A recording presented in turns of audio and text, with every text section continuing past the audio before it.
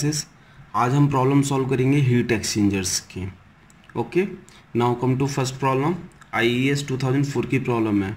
One side हमें एक list में हीट एक्सचेंजर प्रोसेसेस दे रखे हैं, on another side second list में हमें टेम्परेचर एरिया डायग्राम दे रखा है। Temperature is on vertical side and area is on the horizontal side. Okay, तो हमें 4 कोड्स दिए हुए हैं ABCD, इसमें से कोई एक option is the one option is the correct answer. ठीक है, तो हम देखते हैं फर्स्ट लिस्ट को। Counter flow sensible heating, parallel flow sensible heating. My dear friends, आपको एक चीज़ क्लियर है, जहाँ सेंसिबल हीटिंग होगी, जहाँ पर सेंसिबल हीटिंग होगी वहाँ पर टेम्परेचर चेंज होगा, temperature will change, temperature will change. ये बहुत क्लियर है आपको। टेम्परेचर अगर चेंज होगा तो फ्लूइड का टेम्परेचर कांस्टेंट रहेगा नहीं। मींस आपको टेम्परेचर एरिया डायग्राम में कोई सी भी हॉरिजॉन्टल लाइन देखने को नहीं मिलेगी। लाइक इस टाइप की हॉरिजॉन्टल लाइन नहीं देखने को मिलेगी, इस टाइप की हॉरिजॉन्टल लाइन देखने को नहीं मिलेगी। मींस ए ऑप्शन और बी ऑप्शन के लिए 3 और 4 में से कोई एक ऑप्शन होगा। ए के लिए इनमें से कोई एक होगा, बी के लिए इनमें से कोई एक ऑप्शन होगा। ठीक है, तो देखिए माय डियर फ्रेंड, काउंटर का मतलब होता है अपोजिट डायरेक्शन। तो अपोजिट में देखा जाए तो क्या है, ए का 3, और पैरेलल में देखा जाए तो सेम डायरेक्शन में बी का 4। इतना क्लियर हो गया। अब माय डियर फ्रेंड्स ऑप्शंस को देखते हैं, आपका क्वेश्चन सॉल्व हो गया। Option A is the correct answer. देख लीजिए, ए का 3, बी का 4। प्रॉब्लम खत्म। Now move on to next problem. ऐसे ही आपको एग्जाम में सॉल्व करना है, बट यहाँ पर टाइम की कोई लिमिट नहीं है, तो मैं इसे और डिटेल में बता देता हूँ। ठीक है, अब सी और डी ऑप्शन भी देख लेते हैं माय डियर फ्रेंड्स। इवापोरेटर के केस में क्या होता है, इवापोरेटर के केस में फ्लू गैसेस से वाटर को हीट मिलती है, फ्लू गैसेस से वाटर को हीट मिलती है। और कंडेंसर के केस में, कंडेंसिंग केस में आपको पता है क्या होता है, वहाँ पर वाटर वेपर या स्टीम से कूलिंग वाटर को, कूलिंग वाटर या वाटर लिख लीजिए, कूलिंग वाटर को हीट मिलती है। ये क्लियर है। तो इवापोरेटिंग केस में फ्लू गैसेस का टेम्परेचर हायर होगा वाटर से, तभी तो हीट देगा। और वाटर फेस वाला होता है, वाटर की फेस चेंज नहीं होगी, इवापोरेट होगा, राइट। तो मीन्स वाटर के लिए तो लाइन हॉरिजॉन्टल रहेगी। ओके, टेम्परेचर एरिया डायग्राम में वाटर के लिए लाइन, टेम्परेचर लाइन हॉरिजॉन्टल रहेगी, और फ्लू गैसेस के लिए वेरी करेगा, हायर टू लोअर टेम्परेचर। तो इसके लिए हम देखते हैं कि जो हमें 2 लाइंस दे रखे हैं 1, 4, 5 को तो देखेंगे ही नहीं, दोनों लाइन हॉरिजॉन्टल है, पॉसिबल ही नहीं है। 1 और 4 को 1 और 2 को देखते हैं। ठीक है, इसमें 2 हॉरिजॉन्टल लाइन्स है। 1 में देखिए हॉरिजॉन्टल लाइन नीचे है, 1 में नीचे है, सॉरी दिख नहीं रहा है आपको। 1 में हॉरिजॉन्टल लाइन नीचे है। हमारा यहाँ पर कूलिंग एजेंट क्या है, जिसे हम हीट दे रहे हैं, वाटर को वेपराइज कर रहे हैं, तो हॉरिजॉन्टल लाइन नीचे होनी चाहिए। तो सी का ऑप्शन हो गया 1। और डी के केस में स्टीम का टेम्परेचर हायर है, स्टीम की फेस चेंज हो रही है, इसलिए स्टीम वाली लाइन ऊपर होगी टेम्परेचर लाइन। तो डी के लिए हो गया 2, मीन्स सी के लिए 1, डी के लिए 2। देख लीजिए आप ऑप्शन, सी के लिए 1, डी के लिए 2।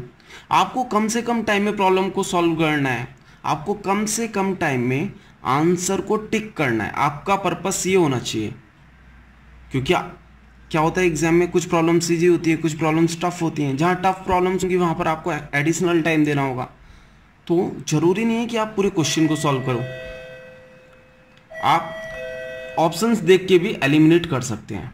Now move on to next problem my dear friends. Now come to problem number 2। If terminal condition of a heat exchanger is, हमें कोई हीट एक्सचेंजर दे रखा है। ठीक है, सपोज मैंने ये हीट एक्सचेंजर मान लिया। ठीक है, इसमें मुझे inlet temperature of hot fluid दे रखा है। हॉट फ्लूइड है, उसका मुझे इनलेट टेम्परेचर दे रखा है, इनलेट टेम्परेचर और एग्जिट टेम्परेचर। इनलेट मुझे दे रखा है 150, एग्जिट दे रखा है 70। ओके, कोल्ड फ्लूइड दे रखा है इसका क्या दे रखा है, इनलेट और एग्जिट दोनों दे रखे हैं, इनलेट और एग्जिट, ठीक है। माय डियर फ्रेंड्स, आप देखिए इसमें एक चीज़ बहुत क्लियर है, जो एग्जिट टेम्परेचर है, एग्जिट टेम्परेचर आप इसे टीसी कंसीडर कर लीजिए, टीसी 90 डिग्री सेल्सियस है, और कोल्ड फ्लूइड का जो एग्जिट टेम्परेचर है टीएचई 70 डिग्री सेल्सियस, ठीक है। मीन्स आपका कोल्ड फ्लूइड का एग्जिट टेम्परेचर, कोल्ड फ्लूइड का एग्जिट टेम्परेचर हॉट फ्लूइड के एग्जिट टेम्परेचर से भी ज़्यादा है, और ये condition only one type of heat exchanger में होती है, only one type, which is counter flow heat exchanger, counter flow heat exchanger, counter flow heat exchanger. Means अगर आपका ये सपोज आप ऐसे ले लीजिए, मैं टेम्परेचर एरिया डायग्राम बना रहा हूँ, टेम्परेचर एरिया डायग्राम ये आया आपका, ठीक है। ये टी एच आई हो गया आपका, इस डायरेक्शन में टी एच ई हो गया, ये टी सी आई हो गया, ये टी सी ई हो गया। देखिए ये टी एच ई से ऊपर है, टी एच ई कहाँ पर है, यहाँ पर, और ये टेम्परेचर वाली एक्सेस हो गई, ठीक है, वर्टिकल एक्सेस। तो T C is higher than T H E, तो ये केवल काउंटर फ्लो हीट एक्सचेंजर के केस में होता है, तो option B is the correct answer, ठीक है। Now move on to next problem my dear friends, come to problem third, ये 2005 की प्रॉब्लम है। इसमें हमें क्या दिया है, first we read the question, hot oil is cooled from 80 degree Celsius to 50 degree Celsius in an oil cooler, means oil को cool किया जा रहा है, ठीक है, which uses air as the coolant. आपको हॉट फ्लूइड, हॉट ऑयल हो गया, कोल्ड फ्लूइड आपका एयर हो गया। The air temperature rises from 30 to 40 degree Celsius, the designer uses a LMTD value of 26 degree Celsius, the type of heat exchanger is. तो हमें heat exchanger का type पता करना है, कौन सी टाइप का हीट एक्सचेंजर है। तो माय डियर फ्रेंड्स, बस फर्स्ट जो हमें डाटा दे रखा है उसे लिख लेते हैं, ठीक है। या तो आप क्वेश्चन, लेकिन अब तो ऑफलाइन एग्जाम होते नहीं है, अदरवाइज क्या करते हैं, अगर ऑफलाइन एग्जाम होता तो मैं डायरेक्टली इसे टी एच आई लिखता, इसे टी एच ई लिखता, इसे टी सी आई लिखता, टी सी ई लिखता, इस तरह से मैं लिख सकता था, और फिर मैं लॉग मीन टेम्परेचर डिफरेंस निकालता, delta L M. Delta L M का क्या फॉर्मूला होता है, delta T I minus delta T E L N delta T I upon delta T. Log mean temperature difference means mean temperature difference between two fluids for the entire heat exchanger, delta TLM। My dear friend, delta TI delta T की definition parallel flow के लिए अलग होती है, counter flow के लिए अलग होती है, तो वो देखते हैं हम। पैरेलल फ्लो, पहले पैरेलल फ्लो का निकाल के देखते हैं कि डेल्टा TLM कितना आ रहा है, फिर हम काउंटर फ्लो का निकालेंगे, ठीक है। पैरेलल फ्लो का हमारा, हमें टी एच आई दे रखा है, टी एच ई दे रखा है, T C I T C ई दे रखा है। तो delta T I parallel flow के केस में क्या होता है, T H I minus T C I. कैसे होता है अभी मैं बता देता हूँ आपको। डेल्टा टी ई कितना होगा, T H E minus T सी।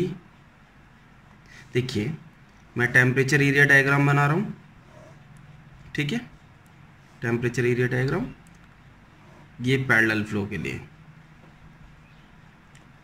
ये हॉट फ्लूइड है मेरा जिसका इनलेट टेम्परेचर टी एच आई है, ये एग्जिट है, ये कोल्ड फ्लूइड का इनलेट टेम्परेचर, कोल्ड फ्लूइड का exit temperature, okay. Delta T आई और डेल्टा टी ई फाइंड करता हूँ। डेल्टा टी आई कितना होगा मेरा, T H I minus T C I, T H I की वैल्यू 80 है, टी सी आई की वैल्यू 30 है, ओके। तो 80 minus 30 that is 50, okay. Now delta T कितना होगा मेरा, T H E minus T C, T H E minus T C, 50 minus 40 10, okay. तो मुझे delta T I delta T मिल गया। Delta T L M find out कर लेते हैं। 50 minus 10 L N, 50 divided by 10, GATE की problem है, calculator allow होता है, कैलकुलेटर अलाउ होता है तो उसकी ln5 की वैल्यू फाइंड आउट करते हैं, उससे डिवाइड करते हैं। ये आपका आया 24.85, किस में आएगा, डिग्री सेल्सियस में आएगा। Okay 24.85। Delta T L M किसका आया, ये पैरेलल फ्लो का, पैरेलल फ्लो का। ओके नाउ काउंटर फ्लो का, काउंटर फ्लो में डेल्टा टी आई की डेफिनेशन क्या होती है, T H I minus T C, delta T is equal to T H E minus T C I. कैसे, temperature area diagram देख लेते हैं, और variation of temperature along the length भी कह सकते हो आप इसे। ये हो गया टी एच आई, ये हो गया T H E, T C I T C. देख लीजिए इसमें direction of both floats is in the opposite directions, opposite to each other, तो काउंटर फ्लो हो गया। तो ये मेरा डेल्टा टी आई का डिफरेंस होगा, this difference delta T I. Okay और ये मेरा डेल्टा टी होगा, टी एच ई और टी सी आई का डिफरेंस। ओके ये इनलेट हो गया मेरा और ये एग्जिट हो गया। ठीक है, delta T I, T H I की वैल्यू कितनी है 80, टी सी की कितनी है 40, you will gate 40। Delta T H ई की वैल्यू मेरी 50, टी सी आई की वैल्यू मेरी 30, so you will get here 50। तो delta T L M counter flow के लिए कितना हो गया, काउंटर फ्लो के लिए 40 minus 50 L N, 40 divided by 50। Now use calculator and find out the answer. 40 minus 50 divided by ln 4/5, you will get here 40 minus 50 divided by ln 40 divided by 50, there is some error, delta ti thi minus tc, 80 minus 40, you will get 40, 50 minus 30, sorry this is 20 my dear friends, this is 20। Okay तो आप देखते हैं 20 divided by ln 2, you will get here 28.85 degree Celsius. Delta T L M counter, mistake सबसे होती है, ठीक है, लेकिन मिस्टेक को सही कर लेना जरूरी है। ओके तो आप देखिए आपको क्वेश्चन में दे रखा है designer uses LMTD value of 26 degree Celsius, designer uses LMTD value of 26 degree Celsius, और हमें कितनी मिली, पैरेलल में 24.85 और काउंटर में 28.85। माय डियर फ्रेंड्स इससे ये क्लियर हो गया ना तो ये पैरेलल फ्लो हीट एक्सचेंजर है ना ये काउंटर फ्लो हीट एक्सचेंजर है। ठीक है, तो ये ऑप्शंस तो आपके गलत हो गए, ये ऑप्शंस आपके गलत हो गए। फिर दूसरा ऑप्शन होता है double pipe. Double pipe just एक नाम है, उसे भी अगर हम क्लासीफाई करेंगे तो वो भी पैरेलल फ्लो या काउंटर फ्लो में क्लासीफाई होगा। देखिए ये आपका डबल पाइप फ्लो, एक इनसाइड पाइप हो गया, एक आउटसाइड पाइप हो गया, ये हो गया डबल पाइप। तो अगर ये दोनों सेम डायरेक्शन में फ्लो कर रहे हैं तो हम पैरेलल फ्लो बोलेंगे। जब एक इस डायरेक्शन में फ्लो कर रहा है, एक इस डायरेक्शन कर रहा है, तो ये हो गए काउंटर फ्लो। तो डबल पाइप भी जस्ट कैटेगरी है, ठीक है, डबल पाइप में भी कैटेगरी है पैरेलल फ्लो काउंटर फ्लो। तो ऑप्शन बी भी गलत हो गया आपका। ठीक है, तो D is the correct option, cross flow. तो आपको मैं एक इससे क्या ड्राइव हुआ या इससे क्या कंक्लूजन निकला वो मैं नोट कर देता हूं, आप नोट कर लीजिए। Delta T L M parallel flow is lesser than delta T L M cross flow, delta T L M counter flow. ये सीक्वेंस रहेगा LMTD का। Okay, delta T M parallel flow is lesser than delta T L M cross flow lesser than delta T M counter flow. तो आप इसे note कर लीजिए, ये आपके लिए हेल्पफुल रहेगा। प्रॉब्लम को ट्विस्ट करके भी पूछा जा सकता है, इससे भी रिलेटेड प्रॉब्लम्स बनाई जा सकती है ऑब्जेक्टिव्स में। Now move on to next problem my dear friends. My dear friends now come to problem 4th, IES 2003 की प्रॉब्लम है, असर्शन और रीजन की प्रॉब्लम है, असर्शन और रीजन। कुछ लोगों को बहुत डर लगता है, कुछ लोगों के लिए बहुत इजी प्रॉब्लम्स होती है, ठीक है। लेकिन कन्फ्यूज़न कहाँ पर होती है, ए और बी ऑप्शन में, ए और बी ऑप्शन में। मैं उसे भी सॉल्व करना, उस प्रॉब्लम को सॉर्ट आउट करना भी बताऊंगा, ठीक है। पहले हम इस प्रॉब्लम को देखते हैं। A counter flow heat exchanger is thermodynamically more efficient than the parallel flow type. Assertion दे रखा है, a counter flow heat exchanger has a lower LMTD for the same temperature conditions. My dear friends, पहले हम first को देखते हैं। देखिए, मैं अभी टेम्परेचर एरिया डायग्राम बना रहा हूँ और variation of temperature along the length, okay. तो मैं ये पैरेलल फ्लो के लिए, पहले पैरेलल फ्लो, ओके। ये देखिए, ये पैरेलल फ्लो बनाया, ये inlet temperature of hot fluid, ये exit temperature of hot fluid, ये exit temperature of cold fluid, ये inlet temperature of cold fluid, ये exit temperature of cold fluid. कोई डाउट नहीं होगा इसमें आपको। अब मैं काउंटर फ्लो के लिए बना रहा हूं, काउंटर फ्लो के लिए माय डियर फ्रेंड्स कैसा होगा, काउंटर फ्लो के लिए कैसा होगा। देखिए, ये मेरा हॉट फ्लूइड हो गया, हॉट फ्लूइड इस डायरेक्शन में, हॉट फ्लूइड का इनलेट टेम्परेचर, एग्जिट टेम्परेचर, और ये मेरा कोल्ड फ्लूइड यहां से फ्लो करना स्टार्ट करेगा, यहां से ऐसे, ठीक है। ये TCI हो गया, inlet temperature of cold fluid, ये exit temperature of cold fluid, ठीक है। अब माय डियर फ्रेंड्स, आप टेम्परेचर वेरिएशन देखिए, ये आप एक्स डायरेक्शन कंसीडर कर लीजिए, ओके, एक्स डायरेक्शन, ठीक है। माय डियर फ्रेंड, आप टेम्परेचर देखिए, यहाँ पर टेम्परेचर डिफरेंस ज़्यादा है, यहाँ पर टेम्परेचर डिफरेंस ज़्यादा है। जैसे जैसे हम एक्स के साथ मूव कर रहे हैं वैसे वैसे टेम्परेचर डिफरेंस कम होता जा रहा है, ठीक है। और क्रॉस काउंटर फ्लो के केस में देखिए, यहाँ टेम्परेचर डिफरेंस अगर पूरे along the length of the heat exchanger देखें तो ज़्यादा वेरिएशन नहीं है। हम ये कह सकते हैं variation of delta T is more pronounced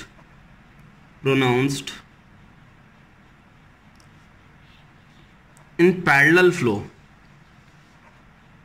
Variation of delta T means temperature difference is more pronounced in parallel flow, ठीक है। जब variation of delta T is more pronounce in parallel flow तो क्या होगा, टेम्परेचर वेरिएशन ज़्यादा होगा तो irreversibility associate होगी हमारे हीट ट्रांसफर के साथ। Irreversibility will associate, irreversibility will associate, ये आपने थर्मोडायनेमिक्स में पढ़ी होगी, irreversibility will associate with heat transfer. My dear friends, आपको पता है इरिवर्सिबिलिटी और efficiency both are inversely proportional. Irreversibility और efficiency both are inversely proportional means अगर इरिवर्सिबिलिटी आपकी बढ़ती है तो आपकी एफिशिएंसी कम हो जाएगी। तो इससे हमारा क्या कंक्लूजन निकला, कि एफिशिएंसी, और आप ये कह सकते हो counter flow more efficient than parallel flow. Counter flow more efficient than parallel flow, ठीक है। आपका ये डाउट क्लियर हो गया, counter flow more efficient than parallel flow, ठीक है। तो यहां पर option A, assertion A is the correct, assertion A is true, okay. Counter flow heat exchanger is thermodynamically more efficient और more effective than the parallel flow type, okay. Now see reason, हमसे कह रहा है a counter flow heat exchanger has lower LMTD for the same temperature conditions. My dear friends, आप देखिए, आपको suppose आप conditions ले लीजिए ना, फील करिए, फील करिए। यहां पर आपने हॉट फ्लूइड ले लिया, यहां पर आपने कोल्ड फ्लूइड ले लिया, ठीक है। मेरा हॉट फ्लूइड है, उसका मैंने temperature, inlet temperature 80 degree Celsius मान लिया, एग्जिट टेम्परेचर मैंने 40 डिग्री सेल्सियस मान लिया। कोल्ड फ्लूइड है, उसका मैंने इनलेट टेम्परेचर मैंने उसका 30 डिग्री सेल्सियस मान लिया, ठीक है।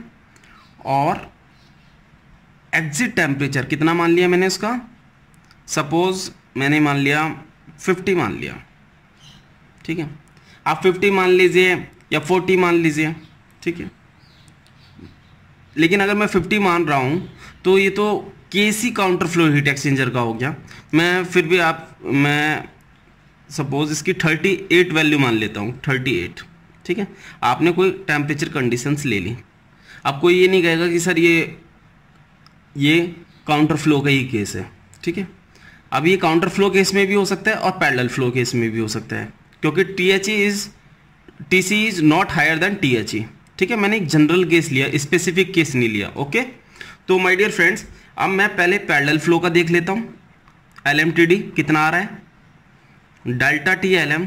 माय डियर फ्रेंड्स, आपको ये याद होना चाहिए, जो मैं कंक्लूजन निकालने वाला हूँ वो याद होना चाहिए, लेकिन मैं जस्ट आपको शो इसलिए कर रहा हूँ ताकि आपको फील हो, okay. Delta TI minus delta TE upon LN delta TI upon delta T। तो डेल्टा TI पैरेलल फ्लो के केस में क्या होता है, THI minus TCI, that is 50 है। TC डेल्टा TE कितना होगा, एग्जिट टेम्परेचर का difference 40 minus 38 2, okay. Pen change कर लेता हूँ, पेन की रिफिल खाली हो रही थी। LN ये भी खाली है, 50 divided by 2, 50 divided by 2 calci use कर लेते हैं। 50 माइनस 2 डिवाइडेड बाय LN 25, ये आपका आ गया 14.912, 14.912 पैरेलल फ्लो का। ये मैं से पैरेलल लिख देता हूं P, ठीक है। अब काउंटर फ्लो के केस में देख लेते हैं। काउंटर फ्लो के केस में delta TM delta TLM, counter flow के केस में counter delta TI minus delta TE LN delta TI upon delta T। Definition क्या होती है डेल्टा TI की काउंटर फ्लो में, THI माइनस TC, तो 80 माइनस 38 42, डेल्टा T कितना होगा, THE minus TCI that is 10, LN 42 divided by 10। देखिए कितना डिफरेंस आ रहा है, 32 divided by LN 4.2, my dear 22.298 degree Celsius आया। मैंने प्रूव कर दिया यहाँ पर कि delta TLM log mean temperature difference counter flow का पैरेलल फ्लो से ज़्यादा होता है for the same temperature conditions. Feel आ गया आपको, फील आ गया। तो R is false, R is not true. तो ये तो बहुत इजी प्रॉब्लम हो गई। यहाँ तो आपको A और B में जहाँ कन्फ्यूजन होती है उससे रिलेटेड तो है ही नहीं, IAS 2003 की प्रॉब्लम है। तो option C is the correct answer, option C is the correct answer, okay. Reason गलत हो गया। My dear friends, assertion reason की प्रॉब्लम कैसे करते हैं, जो A और B में कन्फ्यूजन होता है, A और R के बीच में हम बिकॉज, ड्यू टू ऐसे वर्ड्स कनेक्टिंग वर्ड्स यूज करके देखते हैं। अगर प्रॉपर फिट हो रहा है तो ऑप्शन A होता है, फिट नहीं हो रहा है तो ऑप्शन B होता है। और अगर इनमें से कोई एक फॉल्स हो जाए या ट्रू नहीं है तो उसका आंसर तो बहुत ईजी हो जाता है, बट उसमें आपको स्टेटमेंट्स बिल्कुल क्लियरली पता होना चाहिए कि ये ट्रू है या फॉल्स है, okay. Now move on to next problem my dear friends, come to question 5, GATE 2011 की प्रॉब्लम है। The overall, first read the problem, the overall heat transfer coefficient for a shell and tube heat exchanger for clean surfaces is U0 400 watt per meter square Kelvin, okay. The falling factor after 1 year of operation is found to be HD0 is equal to 2000 watt per meter square Kelvin. The overall heat transfer coefficient at this time is. Okay, 4 options दे रखे हैं हमें my dear friends. First, इस question में आपको falling पता होना चाहिए। फॉलिंग होता क्या है? फॉलिंग बेसिकली मटेरियल डिपॉजिट हो जाता है टाइम पीरियड के साथ। मटेरियल डिपॉजिट हो जाता है, material deposit, deposition with time, ठीक है, with time, material deposition with time. ये फॉलिंग भी काफ़ी टाइप्स की होती है, जैसे एक फॉर्म हो गई इसकी स्केलिंग हो गई, आप कोरोजन फॉलिंग भी बोलते हैं कुछ लोग, एक कोरोजन फॉलिंग भी होती है। स्केलिंग मतलब इनवर्स सॉल्युबिलिटी साल्ट्स की वजह से होती है, इनवर्स सॉल्युबिलिटी साल्ट। ये इंटरव्यू में पूछ लेते हैं कभी कभी, इनवर्स सॉल्युबिलिटी सॉल्ट्स। मैं ज़्यादा डिटेल में नहीं कवर कर सकता यहाँ पर। Falling material deposition with time के साथ होता है। मटेरियल डिपोजिशन विद टाइम की वजह से क्या होगा, आपको एक एडिशनल रेजिस्टेंस मिलेगा। मटेरियल डिपोजिशन होने से वजह से आपको एक एडिशनल रेजिस्टेंस मिलेगा। जब एडिशनल रेजिस्टेंस मिलेगा, यहाँ लिख देता हूँ मैं, मटेरियल डिपोजिशन हुआ, मटेरियल डिपोजिशन हुआ, आपको एडिशनल रेजिस्टेंस मिला। एडिशनल रेजिस्टेंस, एडिशनल रेजिस्टेंस से क्या होगा, overall heat transfer coefficient will decrease. और ये जब डिक्रीज होगा तो हीट ट्रांसफर और heat exchange between the fluids, heat transfer between the fluids will decrease. Overall performance, overall performance, overall performance और you can say effectiveness will decrease. ठीक है, तो इंटरव्यू में जनरली कभी कभी पूछ लेते हैं फॉलिंग का क्या इफेक्ट पड़ेगा और कैसे पड़ेगा, क्यों पड़ेगा। ठीक है, तो फॉलिंग भी डिफरेंट टाइप्स की होती है। स्केलिंग एक फॉर्म हो गई, दूसरी फॉर्म कोरोजन फॉलिंग हो गई। केमिकल रिएक्शन फॉलिंग भी बोलते हैं, chemical reaction falling. Okay, freezing falling भी होती है एक टाइप, फ्रीजिंग फॉलिंग। जब आप एक one portion of hot fluid को एक फ्रीजिंग पॉइंट तक लाकर यूज़ करते हैं तब फ्रीजिंग फॉलिंग होती है। बायोलॉजिकल फॉलिंग भी होती है। बायोलॉजिकल फॉलिंग अनट्रीटेड वाटर की वजह से होती है। अगर हम ऑपरेशन में अनट्रीटेड वाटर यूज़ करें तो बायोलॉजिकल फॉलिंग होती है, क्योंकि अनट्रीटेड वाटर में एल्गी इस तरह के एलिमेंट्स रहते हैं जिसकी वजह से बायोलॉजिकल फॉलिंग होती है। ठीक है, तो फॉलिंग का मैंने आपको इफेक्ट बता दिया, क्या पड़ता है एक हीट एक्सचेंजर की परफॉर्मेंस पर। ठीक है, तो my dear friends, fouling factor जो होता है, फॉलिंग फैक्टर, उसकी जो यूनिट होती है मीटर स्क्वायर केल्विन पर वॉट होती है। ठीक है, और उसकी जो जनरल वैल्यूज़ होती है वो 0.001, 0.0002, 0.003, 0.004 इस टाइप की फॉर्म्स में वैल्यूज़ मिलेंगी आपको। ठीक है, लेकिन कभी कभी क्वेश्चन में वो दूसरे तरीके से पूछ लेता है। देखिए, तो सबसे इंपॉर्टेंट आपको क्या ध्यान देना है, वैल्यूज़ किस फॉर्म में होती है, 0.001। जब इस फॉर्म में तो यूनिट क्या है, मीटर स्क्वायर केल्विन पर वॉट। लेकिन देखिए इस क्वेश्चन में किस तरह से पूछा है, इसमें what per metre square kelvin, जो आपकी हीट ट्रांसफर कोफिशिएंट की यूनिट होती है, उसी फॉर्म में दे दिया है। तो कंफ्यूज नहीं होना है और ना ज़्यादा सोचना है। ठीक है, लेकिन आपको बस यूनिट को देखना है और वैल्यू को देखना है। तो उससे क्या होगा मैं अभी आपको बताता हूँ। देखिए, आपका जो ओवरऑल हीट ट्रांसफर कोफिशिएंट होता है 1/U, overall heat transfer coefficient. ठीक है, ये मैं मान लेता हूँ आफ्टर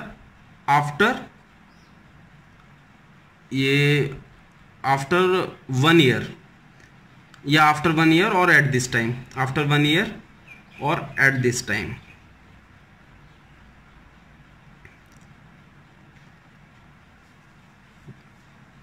फॉर्मूला क्या होगा, 1/U जो पहले ओवरऑल हीट ट्रांसफर कोफिशिएंट था उसका रेजिस्टेंस प्लस फॉलिंग फैक्टर।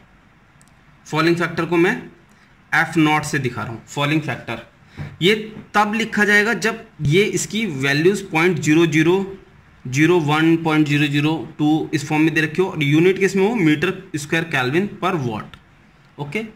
अगर what per metre square kelvin में दिया है तो हम इसे चेंज कर देंगे और इस फॉर्म में लिखेंगे, ठीक है, इस फॉर्म में, जैसे एच डी नॉट दे रखा है आपको, तो उसमें कंफ्यूज नहीं होना है, आपको यूनिट याद रखनी है और वैल्यूज़ किस फॉर्म में होती हैं ओरिजिनली। अगर आपको इस तरीके से दिया है तो आपको किस फॉर्म में लिखना है फॉर्मूले को, ठीक है। एरिया कैंसिल आउट हो गया है, अगर एरिया साथ में होता तो इसे रेजिस्टेंस बोलते हैं, okay, resistance. Total resistance is equal to पहले जो रेजिस्टेंस था और जो एडिशनल रेजिस्टेंस आ गया, ओके। तो 1/u0 we have to find out, इसे मैं एट दिस टाइम कर दे रहा हूँ टी मीन्स 1 ईयर, ठीक है, टी 1 ईयर। 1/u0 की वैल्यू कितनी दे रखी है आपको 400 प्लस एच डी नॉट की वैल्यू कितनी दे रखी है 1/2000, ठीक है। प्रॉब्लम गेट किया, आप डायरेक्ट कैलकुलेटर को यूज़ कीजिए और जल्दी से आंसर बताइए। 1/400 प्लस 1/2000 इनवर्स लो 333 या 333.333 किसमें यूनिट होगी, watt per metre square kelvin, okay. So option देखते हैं कौन सा राइट है। C is the correct option, C is the correct option, okay. आपको समझ में आ गया। इस क्वेश्चन में आपने 2 से 3 बातें सीखी। एक तो फॉलोइंग को आपने थोड़ा सीखा, ठीक है, जो इंटरव्यू पॉइंट ऑफ व्यू से बहुत इंपॉर्टेंट है, और जो आपके पीएसयू एग्जाम्स होते हैं उसमें डायरेक्ट स्टेटमेंट वाइज आपको ऑब्जेक्टिव क्वेश्चंस दिए होते हैं, तो इनसे रिलेटेड वो कुछ प्रॉब्लम्स क्रिएट कर सकते हैं। प्लस आपको इसकी वैल्यू यूनिट और यूनिट को ध्यान में रखना है, ताकि आपको प्रॉब्लम आइडेंटिफाई करने में हेल्प मिले कि किस तरह का मुझे फॉर्मूला यूज़ करना है, ये वाला यूज़ करना है, ये वाला यूज़ करना है, तो कंफ्यूज नहीं होना है, ठीक है। Now move on to next problem my dear friends. Come to question 6, GATE 2007 की प्रॉब्लम है। क्या है क्वेश्चन, देखिए, जो इंपॉर्टेंट हो उस पर टिक भी करना है। In a counter flow heat exchanger, पहले तो ये इंपॉर्टेंट पॉइंट, किस टाइप का हीट एक्सचेंजर है। Hot fluid enters at 60 degree Celsius and cold fluid leaves at 30 degree Celsius. Mass flow rate of the hot fluid is 1 kilogram per second and that the cold fluid is 2 kilogram per second, ठीक है। Specific heat of hot fluid is 10 kg पर kilojule per kilogram Kelvin and that of the cold fluid is 5 kilojule per kilogram Kelvin. The log mean temperature difference for the heat exchanger in degree Celsius. My dear friends, पहले क्या होता था, हमें offline paper होता था तो मैं direct mark कर देता था, लेकिन अब ऑनलाइन होता है तो मैं जो डाटा दिया हुआ है उसे नोट भी करूँगा, ठीक है। तो मुझे सबसे इंपॉर्टेंट पॉइंट पहले तो ये लिख लेना है, काउंटर, ठीक है। अगर आपने काउंटर नहीं लिखा तो गलती हो सकती है आपसे आगे कि आप कौन सा फॉर्मूला यूज़ कर रहे हो, पैरेलल के लिए यूज़ कर रहे हो, काउंटर के लिए यूज़ कर रहे हो, ठीक है। तो आपको ये लिखना है, और ये भी नहीं है कि काउंटर फ्लो हीट एक्सचेंजर लिखो आप, अदरवाइज आपका टाइम वेस्ट होगा एग्जाम में, ओके। हॉट फ्लूइड, एक साइड आपने हॉट फ्लूइड लिख लिया, अनदर साइड आपने cold fluid. Hot fluid enters at THI 60 degree Celsius, cold fluid leaves at TCE दे रखा है आपको, leaves at 30 degree Celsius, okay. Mass flow rate of the hot fluid is 1 kilogram per second. Mass flow rate of the cold fluid is 2 kilogram per second. And specific heat of hot fluid is 10 kilojoule per kilogram Kelvin. My dear friends, unit is very important, तो confuse नहीं होना है। CPC 5 kilojoule per kilogram Kelvin.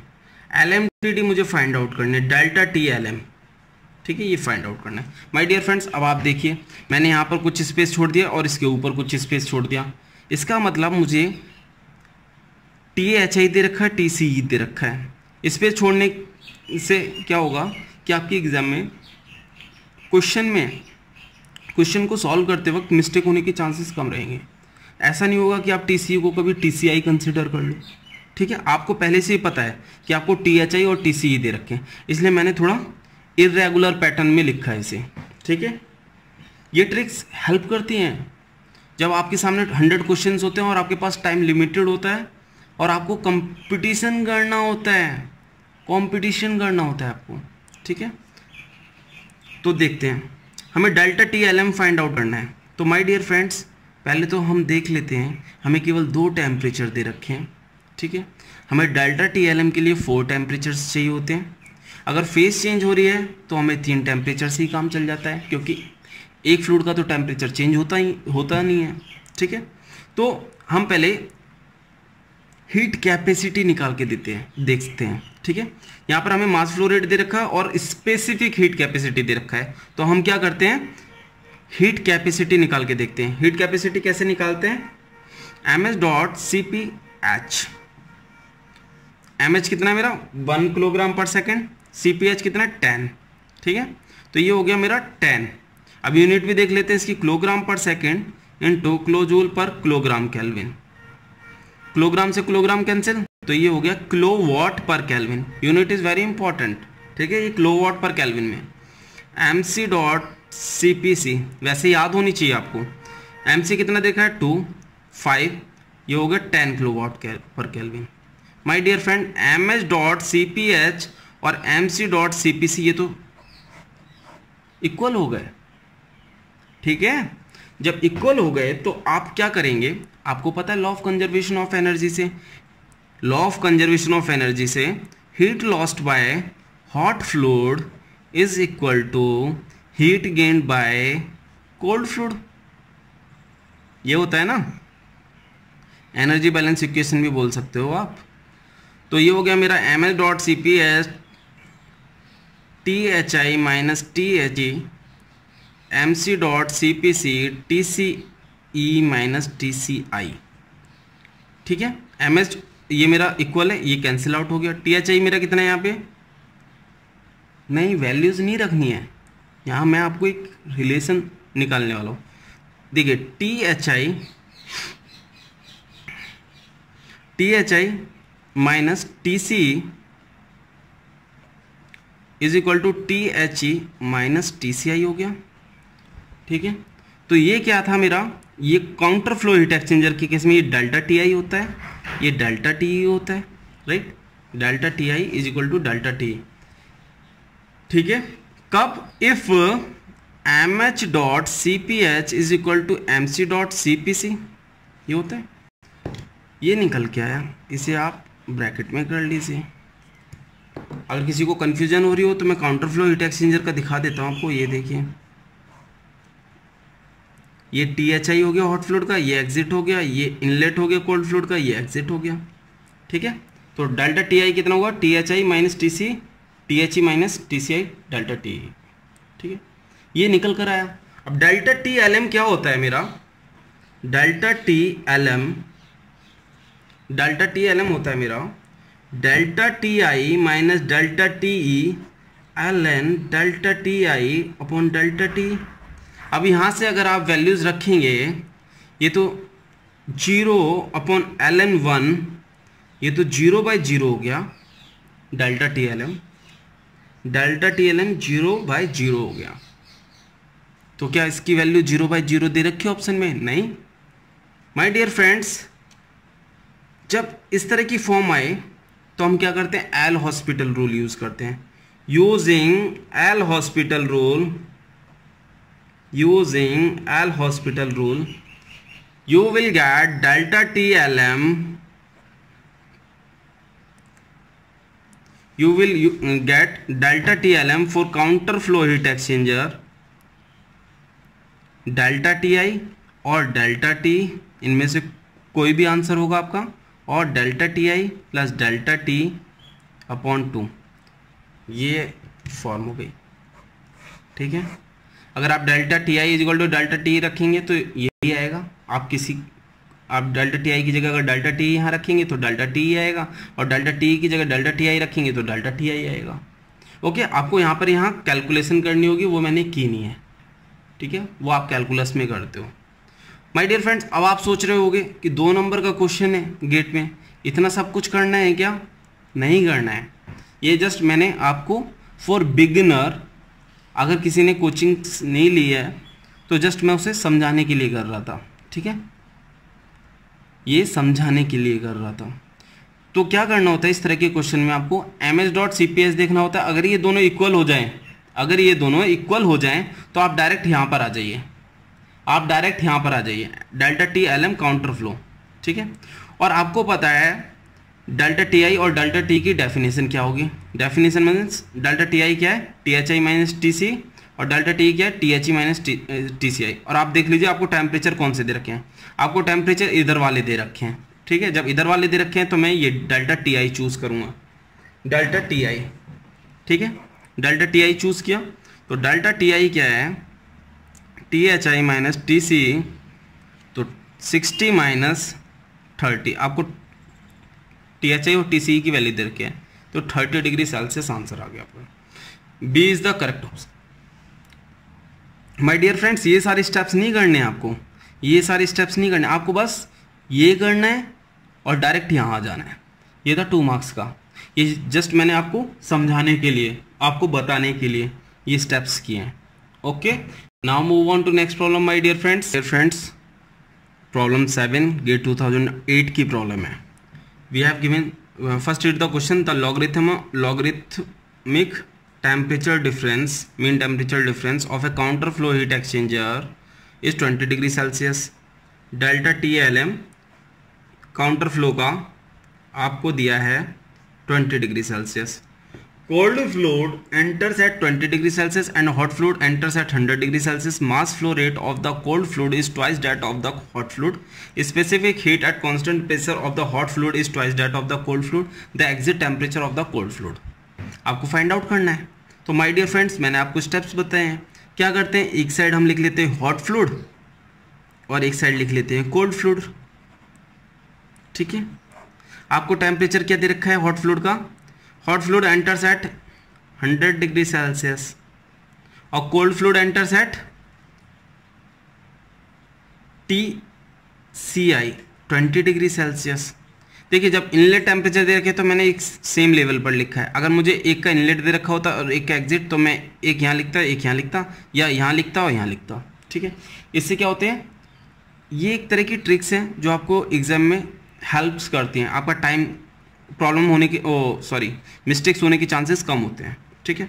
The cold mass flow rate of the cold fluid, mass flow rate of the cold fluid is, mass flow rate of the cold fluid is twice that of hot fluid, ठीक है। मास flow rate of cold fluid is twice of hot fluid, ये हमें दे रखा है। Specific heat at constant pressure of the hot fluid, हमें specific heat दे रखी है of hot fluid, H means hot fluid, कितना 2 times of specific heat at constant pressure of the hot fluid is twice that of the cold fluid. इतना data दे रखा है। और क्या पूछा है हमसे, the exit temperature of the cold fluid, हमसे पूछा TC। माय डियर फ्रेंड्स, अगर आपको इस तरह की केवल 2 टेम्परेचर्स दे रखे हैं और आपको मास फ्लो रेट और स्पेसिफिक हीट कैपेसिटी दे रखा है, तो सबसे पहले हीट कैपेसिटी निकालिए। हीट कैपेसिटी MS डॉट CPH, MS डॉट कितना दे रखा है आपको, MS डॉट रहने दीजिए, MS डॉट कितना दे रखा है आपको, MC डॉट अपॉन 2, यहाँ से देख सकते हैं MH की वैल्यू कितनी हो गई, MC डॉट अपॉन 2। CPH कितना देगा, 2 टाइम्स ऑफ CPC। तो माय डियर फ्रेंड्स, 2 से 2 कैंसिल आउट हो गया और आपको क्या मिला, MS डॉट CPH is equal to MC dot CPC, right, ये मिल गया। जब ये होता है और काउंटर फ्लो का केस होता है, and counter flow heat exchanger, तो माय डियर फ्रेंड्स, मैंने आपको बताया था क्या होता है, delta T I is equal to delta T, logarithmic mean temperature difference क्या होता है, डेल्टा टी आई और डेल्टा टी, और ठीक है। अब माय डियर फ्रेंड्स, आप देखिए, हमें TC फाइंड करना है, TC फाइंड करना है, और 2 इनलेट टेम्परेचर दे रखे हैं, 2 इनलेट टेम्परेचर दे रखे हैं। और आपको पता है जो इनकी डेफिनेशंस होती हैं उसमें एक हॉट फ्लूइड रहता है, एक कोल्ड फ्लूइड रहता है, एक हॉट फ्लूइड रहता है, एक कोल्ड फ्लूइड रहता है। तो माय डियर फ्रेंड्स, जब हमें TC फाइंड करना है, कोल्ड फ्लूइड का फाइंड करना है, तो इसके साथ क्या, हॉट फ्लूइड, तो इनलेट टेम्परेचर्स होगा, तो डेल्टा टी आई क्या होगा हमारा, THI माइनस TC। मैं फिगर बना देता हूँ अगर किसी को कन्फ्यूज़न हो रही हो, ये लीजिए, ये THI हो गया, THE हो गया, ये TCI हो गया, ये TC हो गया, तो मैं ये डेल्टा TI ले रहा हूँ, ठीक है। डेल्टा TLM मुझे दे रखा है log mean temperature difference 20, delta THI मुझे दे रखा है 100, TCE फाइंड आउट करना है, तो TCE कितना हो गया 100 माइनस 20 which is equal to 80 degree Celsius. C is the correct option my dear friends. Now move on to next problem my dear friends.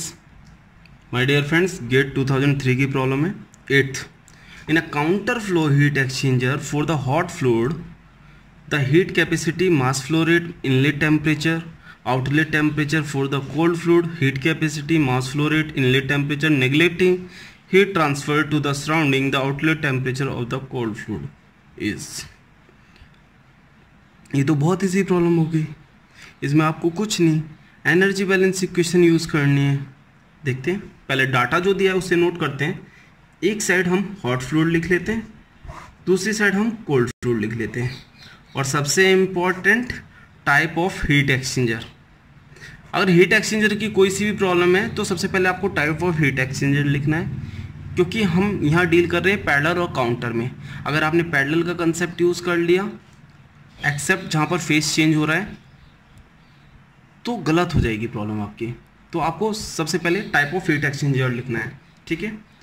ये आपको मतलब कुछ प्रिंसिपल्स अपने बनाने होंगे, तभी आपको एग्जाम्स में प्रॉब्लम्स को सॉल्व करते वक्त कम से कम मिस्टेक होने के चांसेस होंगे। हॉट फ्लूइड हीट कैपेसिटी आपको दे रखी है CPH 2 kilo joule per kilogram kelvin, mass flow rate MH 5 kilogram per second, inlet temperature THI 150, okay. For the cold fluid heat capacity CPC, outlet temperature भी दिया है भाई THE 100 degree Celsius CPC, heat capacity 4 kilo joule per kilogram kelvin, mass flow rate MC dot 10 kilogram per second, inlet temperature TCI 20। आपको outlet temperature find करना है my dear friend. ये तो law of conservation of energy से हो जाएगा। यहाँ तो टाइप ऑफ हीट एक्सचेंजर भी मैटर नहीं करेगा। Law of conservation of energy means heat lost by hot fluid is equal to heat gained by cold fluid, okay. MH dot CPH THI minus THE is equal to MC dot CPC TCE minus TCI, okay. Means दोनों value positive है। Positive करने के लिए देख लीजिए, मैंने यहाँ higher temperature लिया है तो आगे higher temperature then lower temperature, higher temperature lower temperature, ठीक है। MH डॉट कितना है 5, CPH 2। अब यहाँ क्लो जूल मैटर नहीं करेगा क्योंकि यहाँ पर भी यूनिट क्लो जूल में और डिवाइड में है, ठीक है। तो यूनिट यहाँ पर मैटर नहीं करेगी क्योंकि कैंसिल आउट हो जाएगी। अगर 10 टू द पावर 3 लिखूँ तो यहाँ पर भी 10 टू द पावर 3 में लिखूँगा तो कैंसिल आउट हो जाएगा। THI 150 100, MC 10, CPC 4, TCE minus TCI, okay. 5 2 जा 10, 5 2 जा 10, 10 से 10 कैंसिल हो गया, ये मेरा 50 आया। 150 माइनस 100 50, ओके। 4 TCE माइनस 80, ये हुआ मेरा TCE is equal 80 plus 50 130 divided by 4, तो ये आया आपका 32.5 डिग्री सेल्सियस, ओके। तो आपका B is the correct option. My dear friends, आप अगर टाइम सेव करना है आपको तो इधर की यूनिट्स नहीं लिखो, एक साइड की यूनिट्स लिख लो, ठीक है। एक साइड की यूनिट्स लिख ली, दूसरी साइड की यूनिट्स भी जब आप क्वेश्चन को रीड कर रहे हो तो सेम यूनिट्स होनी चाहिए। लेकिन प्रॉब्लम इससे एक फ़ायदा ये होता है जब आप जल्द स्पीड में क्वेश्चन सॉल्व कर रहे होते हो तो जब आप वैल्यूज़ को लेते हो यहाँ से तो आपकी नज़र यूनिट पर भी जाती है। जब यूनिट पे जाती है तो आप कभी गलत वैल्यू नहीं लोगे। CPC की अगर मैं यहाँ 4 लिख रहा हूँ और MC डॉट की केवल 10 लिख रहा हूँ तो ऐसा नहीं होगा कि 4 की जगह मैं 10 उठा लूँ अगर मैंने यूनिट लिखी हुई है, ठीक है। तो इससे मिस्टेक्स होने के चांसेस कम होते हैं। Now move on to next problem my dear friends. Now come to question 9th IAS 2008 की प्रॉब्लम है। क्वेश्चन है, फॉर्मूला है NTU in a heat exchanger is given by which one of the following. NTU क्या होता है my dear friends? NTU is nothing but number of transfer units, number of transfer units, number of transfer units. ठीक है, formula क्या होता है इसका? U A upon C minimum. NTU is equal to U A, ये आपको याद होना चाहिए। सिग्निफिकेंस देखिए, NTU is directly proportional to A, NTU is directly proportional to A. ये क्या है? Overall size of the heat exchanger, overall size of the heat exchanger. Heat exchanger, H E means heat engine नहीं है, यहाँ पे heat exchanger है। Okay, तो इसका मतलब क्या हुआ? एनटीयू का significance, NTU represents the size of the heat exchanger, represents the size of the heat exchanger, size of the heat exchanger. ठीक है माय डियर फ्रेंड्स, आप देखिए एनटीयू के साथ यूनिवर्सल हीट ट्रांसफर कोफिशिएंट भी है, overall heat transfer coefficient, overall. ठीक है, ओवरऑल हीट ट्रांसफर कोफिशिएंट। अगर यू की वैल्यू विद टाइम, यू की वैल्यू विद टाइम डिक्रीज करेगी तो एनटीयू की वैल्यू भी डिक्रीज करेगी, बिल्कुल करेगी। इस तरह का भी क्वेश्चन पूछा जा सकता है। क्यों? यू की वैल्यू विद टाइम क्या होगा? फॉलिंग स्टार्ट हो जाती है, फॉलिंग की वजह से मटेरियल डिपॉजिट होगा, मटेरियल डिपॉजिट की वजह से, डिपोजिशन की वजह से आपके पास एक एडिशनल रेजिस्टेंस आएगा, एडिशनल रेजिस्टेंस आएगा, आपका heat transfer, overall heat transfer coefficient decrease कर गया, overall heat transfer coefficient decrease किया, आपका एनटीयू डिक्रीज कर गया। आप एक तरह से ये भी बोल सकते हो कि हमारा साइज कम हो रहा है हीट ट्रांसफर का, क्योंकि क्या है, सपोज ये आपकी ट्यूब थी, ठीक है, ये ट्यूब थी, इनर सरफेस पे फॉलिंग डिपॉजिट होने लगी है, ठीक है, ये डिपॉजिट होने लगी, इधर से भी डिपॉजिट होने लगी, इधर से भी डिपॉजिट। अब फ्लो केवल किस में होगा? इतने एरिया में होगा, तो धीरे धीरे साइज कम हो रहा है, ट्यूब की डायमेंशंस कम हो रही है। ठीक है, और आपको पता है ट्यूब्स की डायमेंशंस और लेंथ सब ये यूज़ करके हम एरिया फाइंड आउट करते हैं। Area is equal to pi into D into L. Pi D क्या है? Outer pi D into L into number of tubes into number of passes, ये होता है ना एरिया। Pi D L into number of tubes into number of passes. Passes का भी अपना मजा है। पासेस से क्या होता है, जब हमें बहुत ज़्यादा कैपेसिटी, बहुत ज़्यादा सरफेस एरिया के हीट एक्सचेंजर चाहिए होते हैं जहाँ पावर प्लांट में, तो हम नंबर ऑफ पासेस बढ़ा देते हैं। जहाँ पे साइज कॉम्पैक्ट होता है, जहाँ हमारे पास ज़्यादा जगह नहीं होती है, तो वहाँ पे हम सपोज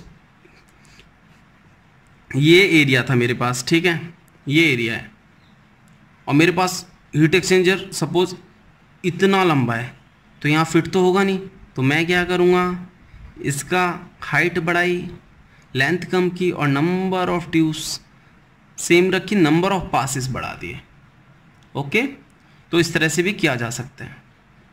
तो लेकिन ये प्रॉब्लम केवल एनटीयू की थी, एनटीयू की डेफिनेशन पूछी थी, तो my dear friends A is the correct option. C minimum heat capacity, C क्या है यहाँ पर? हीट कैपेसिटी है। C is equal to M into C, M into specific heat mass flow rate into specific heat capacity.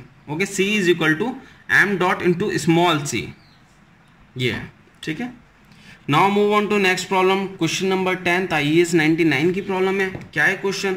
A counter flow type air heater has an area of 50 metre square, the overall heat transfer coefficient in 100 watt per metre square kelvin and heat capacity of both hot and cold stream is 1000 watt per metre square kelvin. My dear friends, heat capacity दिया है, means सी दिया है, capital C, और दोनों का same दिया है, तो मिनिमम वाला कंसेप्ट यहाँ रहा ही नहीं, ठीक है। द वैल्यू ऑफ एनटीयू, तो एनटीयू पर जो अभी हमने फॉर्मूला देखा उसी पर बेस्ड प्रॉब्लम है। NTU is equal to UA upon C minimum, UA upon C minimum, ठीक है। सी मिनिमम हमारा क्या है, देखिए वैल्यूज डाटा लिख लेते हैं। यू आपको दे रखा है 100 watt per metre square kelvin. देखिए जहाँ पर कंफ्यूज होने की ज़रूरत नहीं है, वहाँ जरूरी नहीं है कि यूनिट्स लिखें। एरिया आपको दे रखा है 50 metre square, heat capacity C दे रखा है आपको 1000। अब ये वैल्यूज़ को आप फॉर्मूले में रख दीजिए, बहुत सिंपल प्रॉब्लम थी। देखिए 10 और ये हो गया 5, NTU इज इक्वल टू 5। C is the correct option. ये बहुत इजी प्रॉब्लम्स है, ये तो गलती होनी नहीं चाहिए। अगर इस तरह के क्वेश्चंस गलत हो गए तो जो एवरेज मार्क्स होते हैं ना गेट में, आप उससे भी नीचे चले जाओगे। जो टॉपर्स बनते हैं ना वो एडवांस लेवल की प्रॉब्लम सॉल्व करके बनते हैं, ठीक है। Now move on to next problem my dear friends. My dear friends, प्यारा सा क्वेश्चन, 11th क्वेश्चन IAS 2000 का क्वेश्चन है। The equation of effectiveness of a heat exchanger is valid in the case of NTU is number of transfer unit. My dear friends, पहले तो मैं आपको effectiveness के बारे में बता देता हूँ, ठीक है। इफेक्टिवनेस होता क्या है? Effectiveness is actual heat transfer upon maximum possible heat transfer, maximum possible heat transfer. तो माय डियर फ्रेंड्स, ये value Q actual is lesser than Q maximum always. तो इससे क्या कंक्लूजन निकला my dear friends? Effectiveness is always lesser than 1। Equal to 1 भी हो सकती है बट प्रैक्टिकली तो नहीं होती है, ठीक है। Effectiveness is always lesser than 1 in case of heat exchangers. My dear friends, fin के केसेस में इफेक्टिवनेस ऑलवेज ग्रेटर देन 1 हुआ करती थी, effectiveness always greater than 1, but in case of heat exchanger always lesser than 1 और equal to 1। Equal to 1 होता नहीं है practical में, ठीक है, प्रैक्टिकल एप्लीकेशंस में होता नहीं है। तो और आपको पता है Q एक्चुअल क्या होता है? या तो हॉट फ्लूइड का MH.CpH THI माइनस THE और कोल्ड फ्लूइड का MC.CpC TCE माइनस TCI, ठीक है। इनमें से कोई भी रख सकते हो आप। लेकिन मैक्सिमम क्या होगा आपका? मैक्सिमम हीट ट्रांसफर तब होगी जब आपकी फ्लूइड की हीट स्टोरिंग कैपेसिटी मिनिमम हो, ये मिनिमम हो, और टेम्परेचर डिफरेंस मैक्सिमम हो, ठीक है। आप सपोज दो केस देख लेते हैं। ये पैरेलल का देख लिया और इधर मैं काउंटर का देख ले रहा हूँ, ठीक है, काउंटर फ्लो का, पैरेलल फ्लो और ये counter flow, THI THE TCI TCE, ठीक है, ये होता है। My dear friends, heat storing capacity of the fluid should be minimum, means उसकी हीट स्टोर करने की कैपेसिटी मिनिमम होनी चाहिए, तभी तो वो मैक्सिमम हीट ट्रांसफर होगा वहाँ पर, ठीक है। और टेम्परेचर डिफरेंस जब ज़्यादा होता है तब हीट ट्रांसफर मैक्सिमम होता है, ठीक है। तो ये तो यहाँ से कंसेप्ट आया कि हीट स्टोरिंग कैपेसिटी मिनिमम होनी चाहिए और टेम्परेचर डिफरेंस ज़्यादा होगा तो हीट ट्रांसफ़र मैक्सिमम होगा, ठीक है। अगर टेम्परेचर डिफरेंस ज़्यादा होगा तो हीट ट्रांसफ़र मैक्सिमम होगा। काउंटर फ्लो भी हम बना लेते हैं क्योंकि हमें आगे यूज़ करना है। ये एरो उल्टा बना दिया, ये THI हो गया, ये THE हो गया, ये TCI हो गया, TCE हो गया, ठीक है। Q मैक्सिमम का इससे और इससे कोई मतलब नहीं है, अपने आप में एक सिग्निफिकेंस है उसका कि हर टर्म का कि हीट स्टोरिंग कैपेसिटी मिनिमम होनी चाहिए, टेम्परेचर डिफरेंस मैक्सिमम होना चाहिए, तब जाके मैक्सिमम हीट ट्रांसफ़र होगा, ठीक है। और Q एक्चुअल ये दोनों में एप्लीकेबल होगा, ठीक है। ये एनर्जी बैलेंस इक्वेशन से मिलता है हमें, heat lost by the fluid और ये heat gain by the cold fluid, ठीक है। अब फॉर्मूले में हम कब क्या यूज़ करते हैं वो मैं आपको कन्वेंशनल में बताऊंगा या इससे रिलेटेड अगर आगे प्रॉब्लम आती है, बट फिर भी मैं एक केस देख लेता हूँ। Effectiveness is equal to, suppose मेरी हॉट फ्लूइड के लिए मिनिमम है, तो मैंने इसे M.C को MS.CpH, ये हॉट फ्लूइड के लिए मिनिमम है, मतलब MS.CpH is lesser then MC.CpC। ये मैंने एक केस देख रहा हूँ, ये मिनिमम है, तो मैं यहाँ नीचे ये MS.CpH लिखूँगा और THI माइनस TCI सेम रहेगा, ठीक है। अब माय डियर फ्रेंड्स, मैं ऊपर कौन सा इसमें से कौन सा रखूँगा, इसमें से कौन सी फॉर्म रखूँगा जो कैंसिल आउट हो जाए। माय डियर फ्रेंड्स, यहाँ पर ms.cph में दिया हुआ है, तो मैं इस वाली फॉर्म को लूँगा, ठीक है। ms.cph thi minus thi। My dear friend, एक प्रॉब्लम भी देखने को मिलेगी आपको आगे, या तो next lecture of heat exchanger या next class of heat exchanger में मिलेगी, या आगे कन्वेंशनल प्रॉब्लम्स में मिलेगी, ठीक है। माय डियर फ्रेंड्स, ये जब हीट कैपेसिटी हॉट फ्लूइड की कम है कोल्ड फ्लूइड से, तब ये फॉर्मूला आया। अगर ये ज़्यादा होती हॉट फ्लूइड की, mc.cpc effectiveness is equal to, अब मैं क्या रखता यहाँ पे mc.cpc नीचे, ये हो गया मेरा TC, ये बिल्कुल सेम रहेगा maximum temperature thi minus TCi। अब यहाँ पे देखिए नीचे ये mc.cpc है, तो इसमें से मैं ये वाली वैल्यू रखूँगा, ये वाली फॉर्म रखूँगा, mc.cpc TCE minus TCi। Okay, तो ये कैंसिल आउट हो गया, इफेक्टिवनेस मिला मुझे TCE minus TCi upon THI minus TCi। Okay, जो मिनिमम होता है, जो जिसकी हीट कैपेसिटी मिनिमम होती है, उसके टेम्परेचर डिफरेंसेस ऊपर होते हैं एनर्जी बैलेंस इक्वेशन से। ओके, तो इसमें कंफ्यूज नहीं होना, ये आपको रिलेशन मिल गए। ये मैं जस्ट आपको हीट इफेक्टिवनेस के ऊपर बता रहा हूँ, इसका भी क्वेश्चन से कोई मतलब नहीं है। इसके लिए हम क्या करेंगे, देखिए डायरेक्ट इफेक्टिवनेस के फॉर्मूले होते हैं, डायरेक्ट इफेक्टिवनेस के फॉर्मूले होते हैं, पैरेलल फ्लो के लिए होता है मेरा, ये तो मैं आपकी प्रॉब्लम्स के साथ कंसेप्ट क्लियर कर रहा हूँ। ये पैरेलल फ्लो मान लिया, इधर मैंने काउंटर ले लिया, ठीक है, काउंटर फ्लो। पैरेलल फ्लो के लिए होता है 1 माइनस e⁻⁻1 प्लस सी NTU अपॉन 1 प्लस सी, और यहाँ काउंटर फ्लो में 1 माइनस e⁻⁻1 माइनस सी NTU अपॉन 1 माइनस सी e⁻⁻1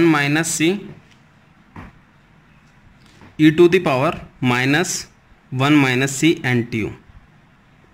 ओके, ये फॉर्मूलेज हुए। माय डियर फ्रेंड्स, इनका प्रूव करने का कॉम्पिटिटिव एग्जाम में तो आज तक आया नहीं है, फॉर्मूलेज जरूर यूज हो जाते हैं, बट हाँ बीटेक इंजीनियरिंग एग्जाम्स में जरूर डेरिवेशंस पूछ ली जाते हैं, तो मैं उनकी डेरिवेशंस की भी वीडियोस बनाकर डालूंगा आगे आने वाली क्लासेस में, ठीक है। लेकिन अभी हमें प्रूव आउट से कोई मतलब नहीं है, हमें जस्ट फॉर्मूलेज याद करने, मैं याद करने का भी बता देता हूँ। 1 माइनस e⁻⁻1 प्लस सी NTU, पैरेलल में बस इस टर्म को नीचे रख देना है। काउंटर फ्लो में 1 माइनस e⁻⁻1 माइनस सी NTU, ऊपर वाली फॉर्म को बिल्कुल एज इट इज नीचे लिखना है, बस e के आगे हमें एक c को ऐड कर देना है, ठीक है। अब याद हो गया होगा आपको। माय डियर फ्रेंड्स, जब फेज चेंज करती है C इज इक्वल टू, हमारा क्या होता है, capacity ratio C minimum upon C maximum, ये कैपेसिटी रेशियो है, ठीक है। इसमें C जो है कैपेसिटी रेशियो और जो NTU है नंबर ऑफ ट्रांसफर यूनिट्स है। Capacity ratio C is equal to C minimum upon C maximum, और my dear friends phase change के लिए C मैक्सिमम मेरा होता है इन्फिनिटी, तो C कितना हो गया, C मिनिमम अपॉन इन्फिनिटी 0। ये किस केस में होता है, जहां पर भी फेज चेंज हो, फेज चेंज, और फेज चेंज तो बॉयलर में भी होती है, कंडेंसर में भी होती है, चाहे वो बॉयलर में भी होती है, कंडेंसर में भी होती है। लेकिन जब मेरी फेज चेंज कर रही होती है तो type of heat exchanger matter नहीं करता है, it is immaterial to classify which type of heat exchanger we will use. आप कोई सा भी हीट एक्सचेंजर यूज कीजिए, ठीक है, कोई फर्क नहीं पड़ता है अगर फेज चेंज हो रही है। तो माय डियर फ्रेंड्स, हम देख लेते हैं इफेक्टिवनेस को, देख लेते हैं। हमारा यहाँ पैरेलल फ्लो ले लिया हमने, यहाँ पे काउंटर फ्लो ले लिया। अब C is equal to 0 put on करके देख लेते हैं। Effectiveness 1 minus e⁻⁻1 plus 0 NTU upon 1 plus 0 हो गया। ये क्या आया, इफेक्टिवनेस 1 माइनस e⁻⁻NTU, ये आ गया। अब यहाँ रख कर देखते हैं, C is equal to 0, 1 minus e⁻1 minus 0 NTU upon 1 minus 0 into e⁻1 minus 0 NTU, ठीक है। माय डियर फ्रेंड्स, जीरो को इससे मल्टीप्लाई करेंगे, जीरो हो जाएगा, 1 माइनस जीरो 1 होगा, ये मिला हमें 1 minus E to the power N T U, E to the power minus N T U. देख लीजिए माय डियर फ्रेंड्स, दोनों के फॉर्मूले सेम है, पैरेलल फ्लो लेकर चले थे, काउंटर फ्लो लेकर चले थे, ठीक है। माय डियर फ्रेंड्स, अगर हम फेस चेंज का केस देख रहे हैं तो parallel flow counter flow matter नहीं करता है, दोनों के लिए रिलेशन सेम रहेंगे। ओके, जहाँ तक उम्मीद है आपको समझ में आ गया होगा। अब ऑप्शन भी देख लेते हैं जो क्वेश्चन दिया था। हमें दिया है इक्वेशन ऑफ इफेक्टिवनेस, किस केस में? फेस चेंज में, चाहे बॉयलर हो, चाहे कंडेंसर हो, चाहे, और टाइप ऑफ हीट एक्सचेंजर तो मैटर करता ही नहीं है। तो my dear friends, C is the correct option, boiler and condenser for both parallel flow and counter flow, both boiler and condenser for both parallel flow and counter flow, ठीक है। C is the correct option. इस तरह के questions में आपको सारे options पढ़ने पड़ेंगे, ठीक है। इस तरह के ऑप्शंस में आपको सारे ऑप्शंस पढ़ने पड़ेंगे, क्योंकि अगर आप पहले ही ऑप्शन पढ़ोगे boiler and condenser for parallel flow और इसे टिक करके चलोगे तो फिर गलत हो जाएगा, क्योंकि पहला भी सही है और बी भी सही है, लेकिन बोथ ऑप्शंस आर करेक्ट। अगर इस लाइन को इस फॉर्म में लिखता ये कि option A and B are correct, option A and option B are correct, तो आपको सी ऑप्शन चूज करना होता, ठीक है। तो आप इंडिविजुअली टिक नहीं कर सकते हो, क्योंकि ये बात भी सही है, ये बात भी सही है, और दोनों बातें सही किस में लिखी है आपको? सी ऑप्शन में, ठीक है। तो इस क्वेश्चन को सॉल्व करने के लिए आपको केवल इतना करना है, ये मैंने आपको एडिशनल इन्फॉर्मेशन प्रोवाइड की है, ये एडिशनल इन्फॉर्मेशन है ऑन इफेक्टिवनेस, लेकिन जो इस क्वेश्चन से रिलेटेड है वो ये इन्फॉर्मेशन है। जस्ट आपको दो फॉर्मूलेज याद होने चाहिए और आपको पता होना चाहिए कैपेसिटी रेशियो 0 होता है अगर फेस चेंज हो रही है, क्यों? मैक्सिमम हीट कैपेसिटी इन्फिनिटी होती है, ठीक है। वैल्यू पुट ऑन करने पे दोनों के फॉर्मूले सेम आएंगे। ओके, आई होप आपको समझ में आया होगा। Now move on to next problem my dear friends. Now come to question 12th IAS 2005 की प्रॉब्लम में। After expansion from a gas turbine the hot exhaust gases are use to heat the compressed air, means hot fluid हो गया आपका hot exhaust gases, cold fluid हो गया compressed air, from a compressor with the help of a counter flow compact heat exchanger, counter flow important, heat exchanger of effectiveness the NTU of the heat exchanger. आपको effectiveness दी हुई है, आपसे NTU पूछ रहा है। My dear friends, आपको एक relation याद होना चाहिए। अभी देखिए, काउंटर फ्लो हीट एक्सचेंजर के लिए, काउंटर फ्लो के लिए अभी मैंने इफेक्टिवनेस कितनी लिखी? 1 minus E to the power 1 minus C N T U upon 1 minus C into E to the power minus 1 minus C N T U, ये था रिलेशन, ठीक है, ये रिलेशन था। जब my dear friends c is equal to 1 होगा, c is equal to 1 for c is equal to 1, ये counter flow का ये वैल्यू जब आप c इज इक्वल टू 1 रखेंगे तो ये फॉर्म हो जाती है 0/0। अब हम इसमें एल हॉस्पिटल रूल यूज करते हैं, एल हॉस्पिटल रूल यूज करते हैं, तो क्या होगा? काउंटर फ्लो का फॉर्मूला जो निकल कर आता है वो आता है NTU अपॉन NTU प्लस 1। आप डिफ्रेंशिएट करके भी देख सकते हैं न्यूमरेटर डिनोमिनेटर को, आपको यही मिलेगा। मैं कैलकुलेशंस करके नहीं देख रहा क्योंकि मैंने ऑलरेडी कर रखी है, ठीक है। Effectiveness of counter flow heat exchanger NTU upon NTU plus 1, c is equal to 1। अब माय डियर फ्रेंड्स, इस क्वेश्चन में देखिए आपको c इज इक्वल टू 1 आपको कहीं नहीं दे रखा है। तो कभी कभी क्या होता है, क्वेश्चन में आपको इनएडिक्वेट इन्फॉर्मेशन दे रखी होती है, बट आपको कुछ अज्यूम करके चलना पड़ता है, या आपको फॉर्मूला आपके दिमाग में क्लिक करता है, आपके माइंड में क्लिक करता है और आप उसे सॉल्व कर देते हो।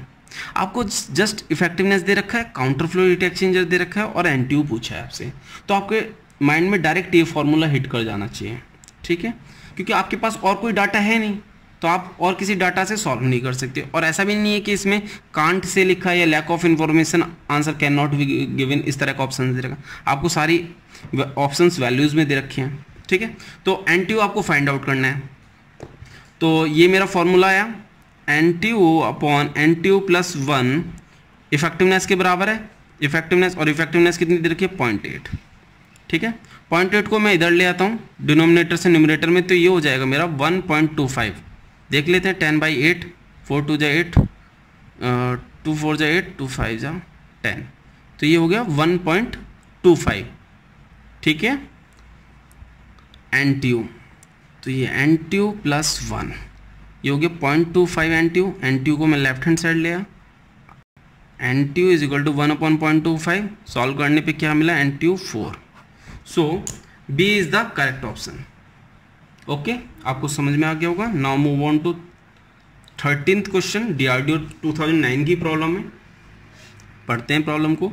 अ solar assisted air conditioning system 1 kilogram per second of ambient air is to be preheated, means ये कोल्ड फ्लूइड हो गया, is pre heated by the same amount of air, same amount of air, ये जितना दे रखा है, means आपको MH और MC दोनों इक्वल दे रखा है, of air leaving the system. A counter flow heat exchanger having an area of 60 metre square with overall heat transfer coefficient of 25 watt per metre square kelvin is used for this purpose, assuming CP for air is 1 kilojoule per kilogram kelvin, the effectiveness of the heat exchanger. My dear friends, पहले data लिख लेते हैं, फिर देखते हैं क्या equations बन रही हैं। हॉट फ्लूइड, कोल्ड फ्लूइड लिख लिया और type of heat exchanger. Okay, देखिए हॉट फ्लूइड में आपको जो कोल्ड जिसे प्री हीट करना है, यू कैन से कोल्ड फ्लूइड है, वो 1 किलोग्राम पर सेकंड दे रखा है आपको, और सेम अमाउंट ऑफ एयर उसे हीट कर रही है, तो ये भी MH डॉट कितना हो गया 1 किलोग्राम पर सेकंड। ठीक है, ये भी एयर है वो भी एयर है, तो specific heat assuming CP for air वो भी सेम रहेगी, CPH 1 kilojoule per kilogram kelvin, CPC 1 kilojoule per kilogram kelvin. Okay, apart from this हमें क्या दिया है, एरिया दे रखा है हीट एक्सचेंजर का 60 metre square, overall heat transfer coefficient 25 watt per metre square kelvin, इतना डाटा दिया है और आपसे इफेक्टिवनेस पूछिए। माय डियर फ्रेंड्स, आप देखिए, आपको अगर स्पेसिफिक, अगर आपको हीट कैपेसिटी निकालनी है हॉट फ्लूइड या कोल्ड फ्लूइड की, हॉट फ्लूइड या कोल्ड फ्लूइड, पहले मैं हॉट फ्लूइड की निकाल लेता हूँ। MS डॉट CPH आपके सामने निकाल के देख लेते, किलोवाट पर सेकेंड, और MC डॉट CPC 1 किलोवाट पर सेकेंड, ये तो सेम आ गई, दोनों की सेम आ गई। इसका मतलब ये जो होता है इसे हीट कैपेसिटी बोलते हैं। तो C मिनिमम को मैं, जब दोनों वैल्यू बराबर हैं तो 1 किलोवाट पर सेकेंड बोलूँगा। ठीक है, C मिनिमम किसी के भी इक्वल ले लीजिए आप, जो मिनिमम आपको लग रहा है, लेकिन जो दोनों वैल्यू सेम है तो मिनिमम का कंसेप्ट खत्म। इफेक्टिवनेस आपको काउंटर फ्लो हीट एक्सचेंजर की फाइंड आउट करनी है my dear friends. C minimum क्यों, आप काउंटर फ्लो हीट एक्सचेंजर की इफेक्टिवनेस निकाल रहे हैं ना, तो इसका फॉर्मूला क्या होता है 1 minus e⁻1 minus C NTU upon 1 minus C e⁻1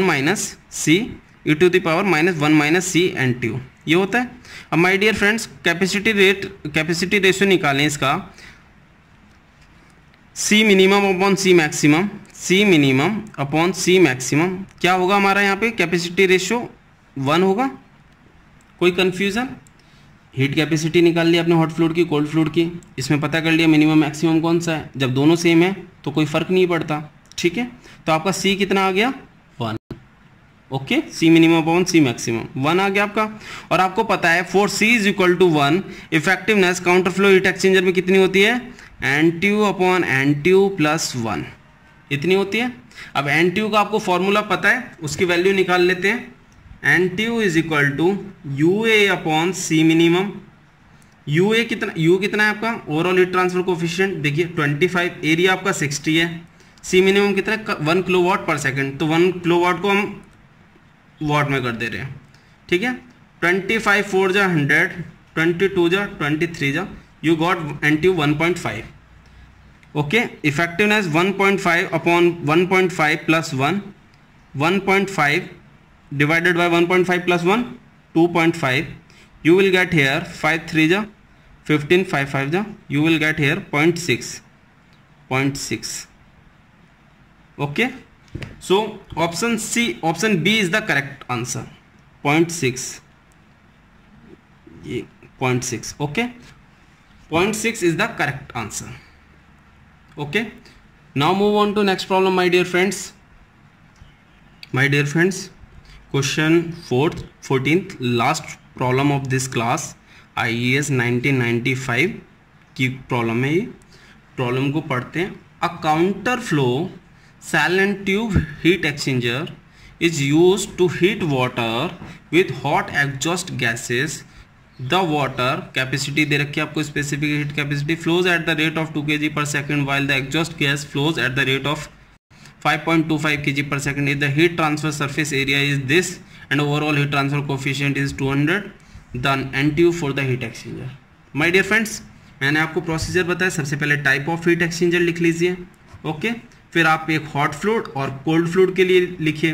hot fluid आपका क्या है, यहाँ पर हॉट फ्लूइड है, यहाँ पर गैसेस, और कोल्ड फ्लूइड क्या है, वाटर. ओके, तो वो गैसेस के लिए देख लेते हैं. पहले यहाँ पर हमें डाटा दे रखा है वाटर का. ठीक है, तो वाटर का CPC दे रखा है आपको 4180 joule per kilogram degree Celsius. ठीक है, flows at the rate of MC dot दे रखा है आपको 2 kg per second.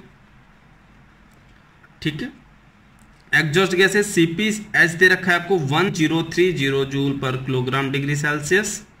Okay, MH dot दे रखा है 5.25 kg per second.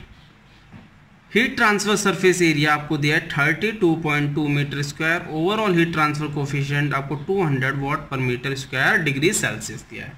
You have to find NTU. NTU आपको फाइंड करना है माय डियर फ्रेंड्स. NTU का आपको फॉर्मूला पता है, UA/C मिनिमम. C मिनिमम आपको स्पेस हीट कैपेसिटी चेक करनी, किसकी ज़्यादा है किसकी कम है. ठीक है, तो पहले मैं MS डॉट CPH निकाल लेता हूँ. MH डॉट CPH कितना आएगा, मल्टीप्लाई करिए. वैसे तो ये IES की प्रॉब्लम है, कैलकुलेटर अलाउड नहीं होता, तो आपकी कैलकुलेशंस बढ़ गए, मीन्स आपका टाइम जाने वाला है. वाट पर second. Okay, MC dot CPC देखते हैं. 2 × 4180 कितना आ गया ये तो easy calculation. 2 8 16, 2 3, 2 4 8, right. 2 × 4180 you will gate 8360 वाट पर सेकेंड. तो यहाँ से क्या क्लियर हो गया, MS डॉट CPH is lesser then MC dot CPC. ये क्लियर हो गया.